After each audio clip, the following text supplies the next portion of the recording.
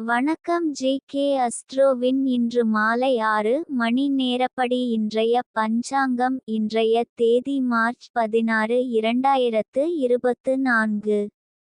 இன்றைய கிழமை சனி. இந்நாளிற்கான ராசி ரிஷபம். இந்நாளிற்கான நட்சத்திரம் மிருகசிரிஷம் முதலாம் பாதம். இன்றைய திதி சப்தமி.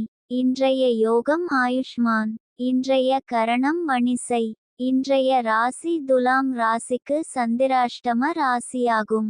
ரிஷபம் ராசியின் இன்றைய திதி சூன்ய ராசிகள்: தனுசு, கடகம்.